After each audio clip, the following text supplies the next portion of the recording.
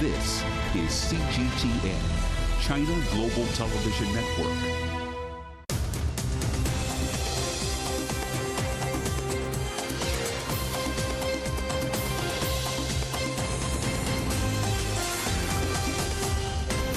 Live from London, this is The World Today. Hello, I'm Jamie Owen. Welcome to the programme. Our top stories. Leaders from around the world arrive in Beijing to mark 10 years of China's infrastructure investment, the Belt and Road Initiative. By road, rail and sea, we'll assess the impact of Chinese investment in Europe's infrastructure in boosting trans-Asia trade. Our other headlines: devastation in Gaza after more Israeli airstrikes as thousands of people wait to cross the border into Egypt. And President Biden heads to Israel before meeting Arab leaders in Jordan as the Israeli military prepares for what it calls the next phase of this conflict.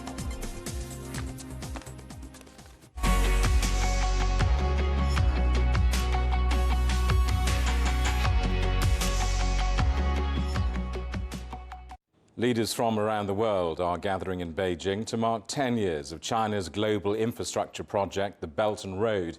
Russia's President Vladimir Putin has hailed BRI progress for unifying development efforts of various countries. President Xi Jinping has met the leaders of Indonesia, Ethiopia, Chile and Hungary. The gathering will see connectivity, green development and the digital economy high on the agenda. Our correspondent Yu Yang reports. Tuesday marks the first day of the third Belt and Road Forum for International Cooperation. We've observed many of the highlights here in Beijing. First, Chinese President Xi Jinping met with a number of heads of states and government leaders. For example, Hungarian Prime Minister Viktor Orbán, who is attending the forum for the third time. Xi expressed his appreciation, adding that he would like to work together with Hungary and other countries to share the vision of cooperation. Xi also met with the Prime Minister of Papua New Guinea, James Marape, and he said Papua New Guinea was one of the earliest Pacific Island countries to establish bilateral ties with China. And China is willing to work with PNG to deepen friendship, consolidate political mutual trust, while expanding cooperation areas. The Chinese leader had a very busy schedule on Tuesday. He also met with the Indonesian President Joko Widodo and also President of Uzbekistan Shavkat Mirziyoyev, President of Serbia Alexander Vučić and other leaders of Belt and Road partner countries. Well, at the same time, on Wednesday, the opening ceremony of the third Belt and Road Forum for International Cooperation will be held right here in Beijing.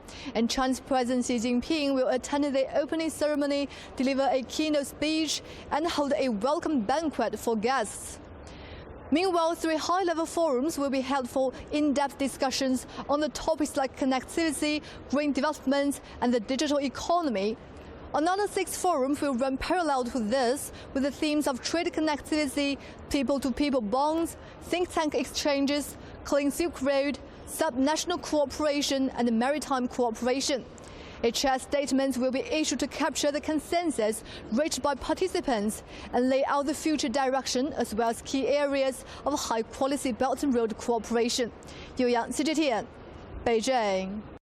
China conceived the Belt and Road Initiative as an infrastructure framework connecting countries around the world based on some of the globe's oldest trading routes. CGTN's correspondent Wang Qiwei explains what the BRI is and what it means for China and the world. The Belt and Road Initiative is a huge project with the trade and infrastructure networks spanning across continents.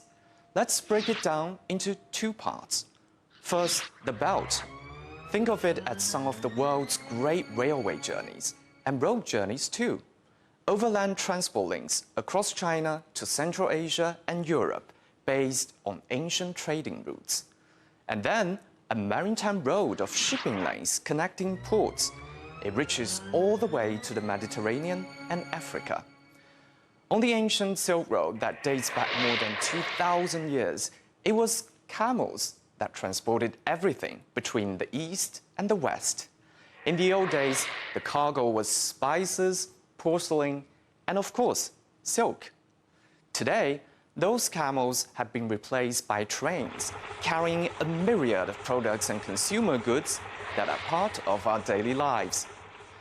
Trade between China and countries along the Belt and Road hit a record high last year of nearly $2 trillion. That's up by nearly a fifth on the previous year. As of June this year, China had signed cooperation agreements of 152 countries and 32 international organizations. That involves more than 60% of the world's population and nearly a third of the world's GDP. So, lots of potential. The Belt and Road Initiative focuses on 5 key areas: policy, infrastructure, trade, finance, and cultural exchanges. Developing infrastructure is critical, with ports, bridges, and power plants being built. With the world facing a number of current challenges, China believes the Belt and Road Initiative can act as a global platform where countries can work together to further boost global development. Well, that's the big picture stuff. Europe is key to the Belt and Road, both as a destination and a source of billions of dollars of imports and exports. Under the BRI, China is trying to increase that trade, with Chinese companies investing in ports, railways and digital infrastructure. Our correspondent Evangelo Sipsas is at one of those flagship investment projects, the Port of Piraeus in Athens. Evangelo, the Chinese shipping company COSCO took over the running of Piraeus back in 2016. Talk us through things since. How have things changed since then? Well, I have to say, if we were standing here about 10 years ago, the image behind me would have been completely different. Now, you can see that the Port of Piraeus is one of the main ports interests, actually, of imports from Asia and around the world to Europe. 10 years ago, this port was on a blacklist. It was the 25th. It was the 25th actually on the list of ports in Europe. Today, it's the largest in the Mediterranean and the 4th largest in Europe. Over the past 10 years, as you mentioned, the investment from COSCO, they came back about 10 years ago. They acquired 51%, and in 2020, they acquired an additional 16, bringing that up to 67% of shares. It created thousands of jobs, not only in the port, but also around the area and in the Piraeus, the city of Piraeus as well. Hundreds of millions of euros in investment. And now there's an extension of the port as well. The livelihood of thousands living around and working in the port has increased ever since. Now, China, the Chinese company, the shipping company that came here 10 years ago investing in COSCO, came during the period where Greece had many difficulties during the decade-long financial crisis, and now we've seen that this port behind me is flourishing. It's the largest, actually, port in Europe with a number of containers coming in, and it's destined to be even bigger in the coming years with more investments, as the COSCO group has signed another deal investing in also parts of terminals where cruises will come in, but also hotels where people can stay and transfer if they need to take another boat somewhere else to the islands. It's a complex picture, though, isn't it? Germany, for example, has allowed COSCO to invest in its ports, but it's been reluctant to allow it to take a majority stake. Talk us through the wider picture across Europe in terms of Chinese investment. Well, there's a number of Chinese investments across Europe from major ports like the port of Valencia and the port of Antwerp in Belgium, and also the one that you mentioned in Hamburg. Now, we've seen this controversy of how much COSCO will be able to invest and how much they will acquire. They finally struck the deal to 24.99%. Now, it's very interesting to point out the port of Hamburg, because 1/3 of the goods that come through from China actually go through the port of Hamburg. Now, a few years ago, there was issues with the jobs in the port of Hamburg, and we've seen that this investment that is coming in from COSCO is securing those jobs, securing the jobs of thousands that are working in that area. Now, there's not only, though, the port of Hamburg, there's a number of other infrastructure projects that but Chinese companies are doing as part of the Belt and Road Initiative. Now, the port of Piraeus, as we mentioned, there's a railway that connects that to Serbia and on to Hungary, both countries part of the Belt and Road. We've seen hundreds of millions of US dollars being invested in Serbia from motorways that are now being constructed between Serbia and to Hungary.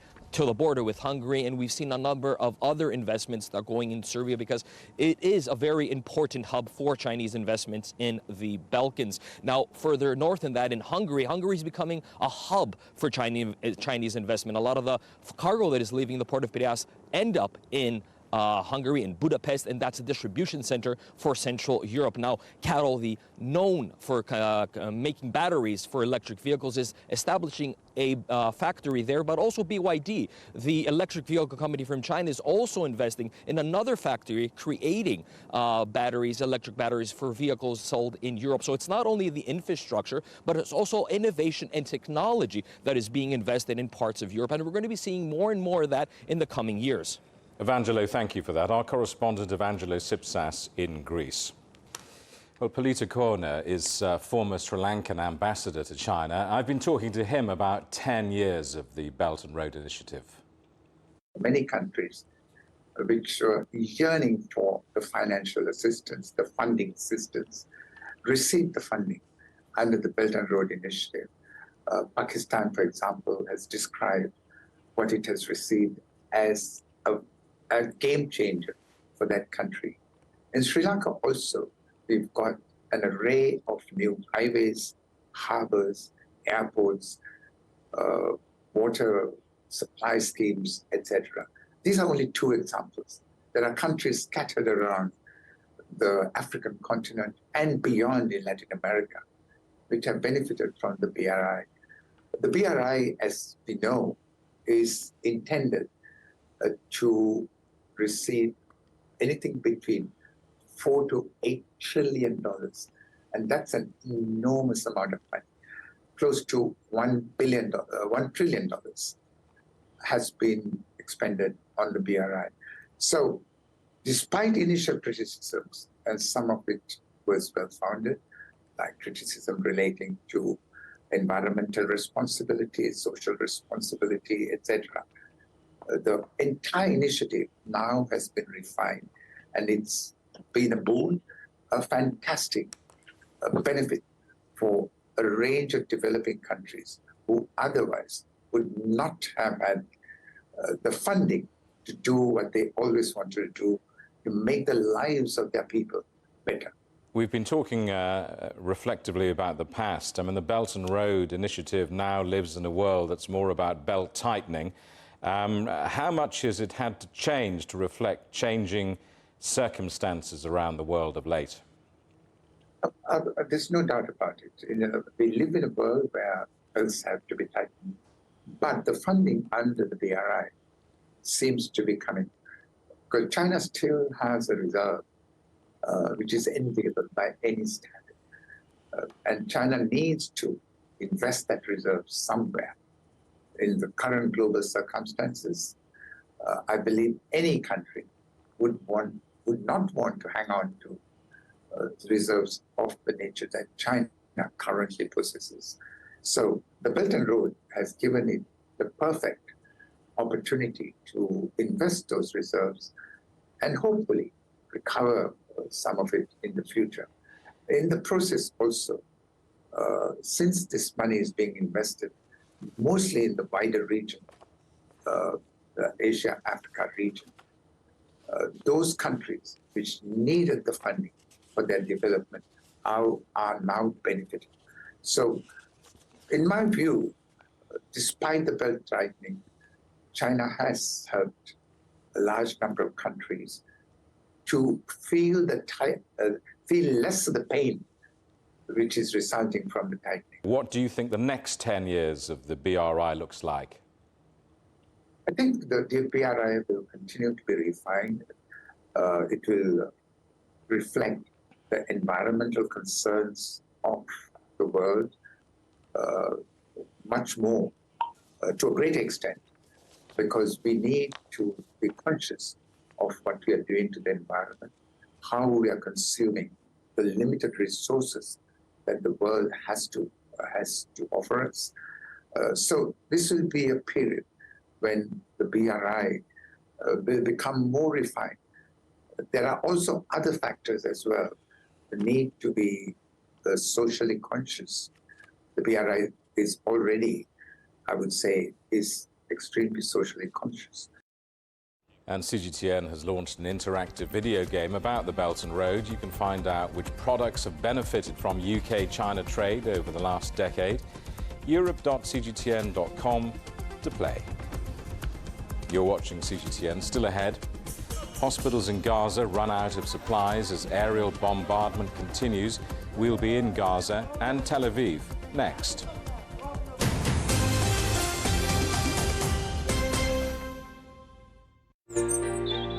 Ever wondered what's the difference between a bear and a bull market? Where are the cash cows? And who are the lame ducks? And what exactly are black swans? Grey rhinos? And unicorn companies? Make sense of it all with Global Business, only on CGTN. I think it should be more global cooperation. I would like to hear more the voice of the developing countries. Globalization has lifted more than 1 billion people out of poverty. The green transition has to happen. It's a necessity. Well, China and the United States are important powers in the world. What unites us is much more than what divides us. And I believe China is committed to this agenda. Join me, Juliet Mann, to set the agenda at these times every weekend on CGTN. We're stepping out of the studio to take you on a brand new journey along the Belt and Road. With a mission to record how the initiative has changed lives and livelihoods. We travel to over 20 countries. Приведем репортаж из Алматы, Казахстан, от Дубай aux Émirats Arabes Unis, desde las calles de Rio de Janeiro, للمشاريع في Dhaka, Bangladesh. We document not only infrastructure along the Belt and Road countries, but also cultural links that bound the community with a shared future. Stories of how they promote growth and improve lives. We invite you only on our special series of the New Silk Road.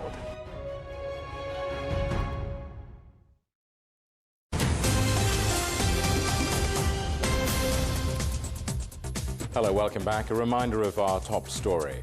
Leaders from around the world arrive in Beijing to mark 10 years of China's infrastructure investment, the Belt and Road Initiative.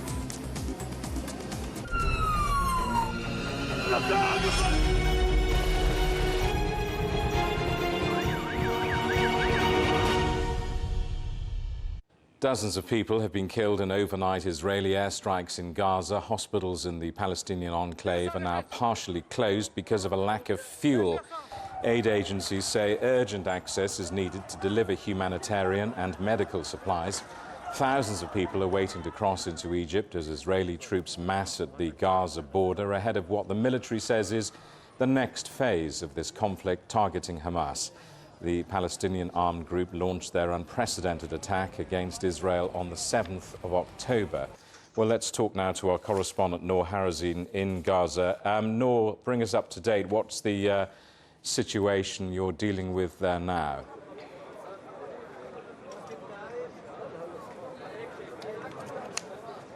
Well, there is a new series of Israeli airstrikes on the Gaza Strip, specifically in southern Gaza. In the past few hours, the Israeli warplanes struck several places in Khan Yunis, in Deir al-Balah, Al-Breij, Al-Maghazi, and all of these are the names of Gazan cities or camps that are located in southern Gaza. And this is where basically the Israeli military asked the people to evacuate for their safety. Dozens of people arrived today to the hospital. We saw many injuries, women, children, men. Also, Al-Qassam Brigade, which is the militant wing for Hamas, said that a leader in Hamas, his name is Ayman Naufal, was killed during one of the Israeli airstrikes on the Gaza Strip today. Let me just talk some numbers. According to the Palestinian Health Ministry, 2,808 people were killed. 936 of them are women and 80 853 of them are children. Also, the situation at the hospitals is deteriorating. Actually, today, doctors in several hospitals around the Gaza Strip asked civilians if they have any fuel gallons storage at their homes. They should be donating it to the hospitals. If they have any water, because basically the hospitals have run out of fuel, run out of water, and actually some units have totally stopped. Thousands of people are trying to leave. What's the latest you're hearing about the Rafah border crossing?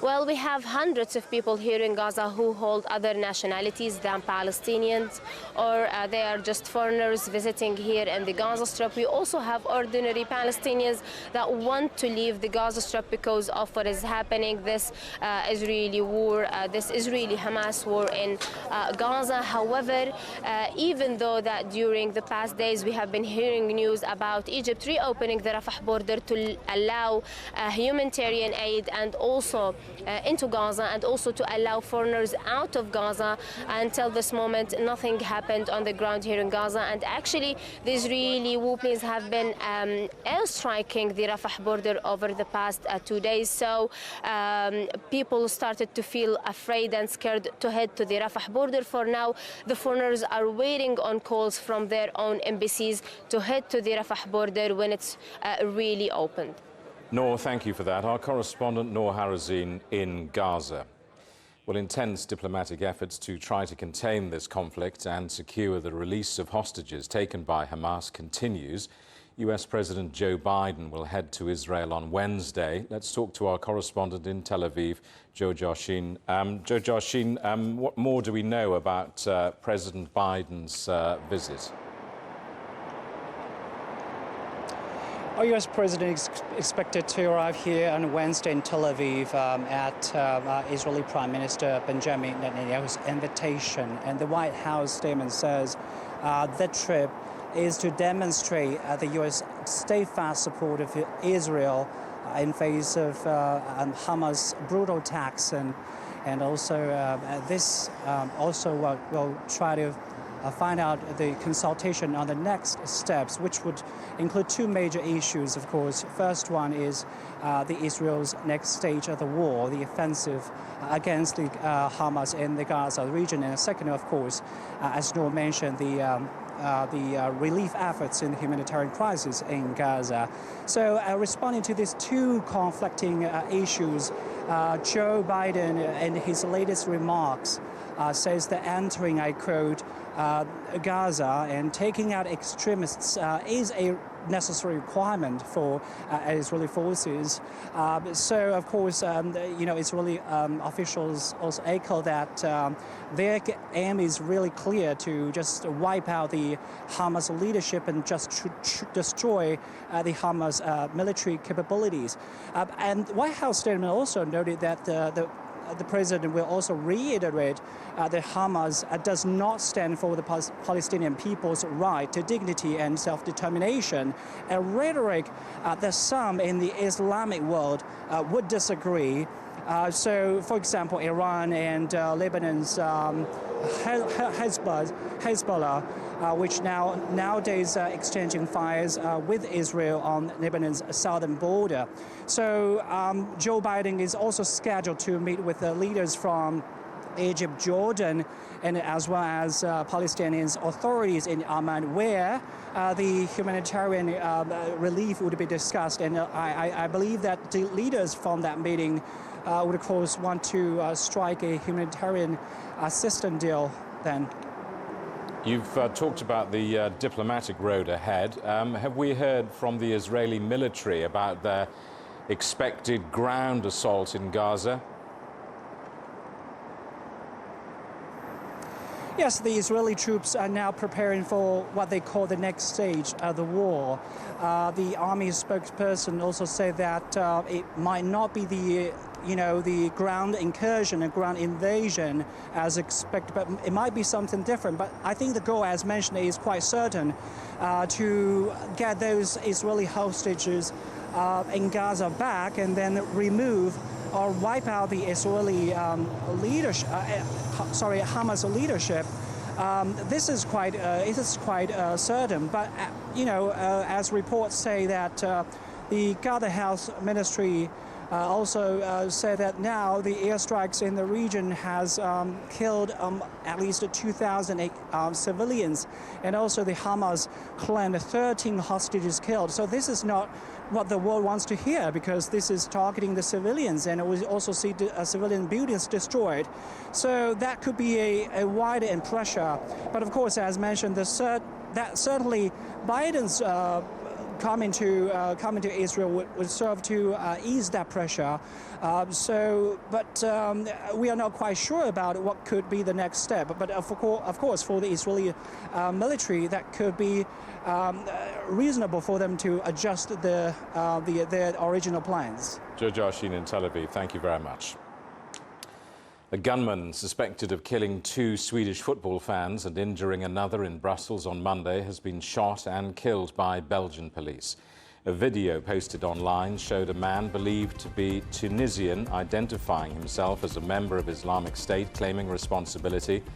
A Belgian federal prosecutor said there was no evidence that linked the attacker with the Israel-Hamas conflict. India's top court says it does not have the power to legalize same-sex marriages and that it's a decision for Parliament. The court made the ruling after petitions were filed by same-sex couples and LGBTQ+ activists who say they feel like second-class citizens. The government opposed the case, saying same-sex unions are in contravention of Indian culture. Water levels in Brazil's Manaus river port in the Amazon rainforest are at their lowest in 121 years. A drought has left boats stranded and cut off food and water supplies to remote villages. Nearly 400,000 people have been affected and the jungle's ecosystem damaged. Brazil's science ministry expects the drought to continue until at least December. The headlines again. Leaders from around the world have started to arrive in Beijing to mark 10 years of China's infrastructure investment, the Belt and Road Initiative. Our other headlines.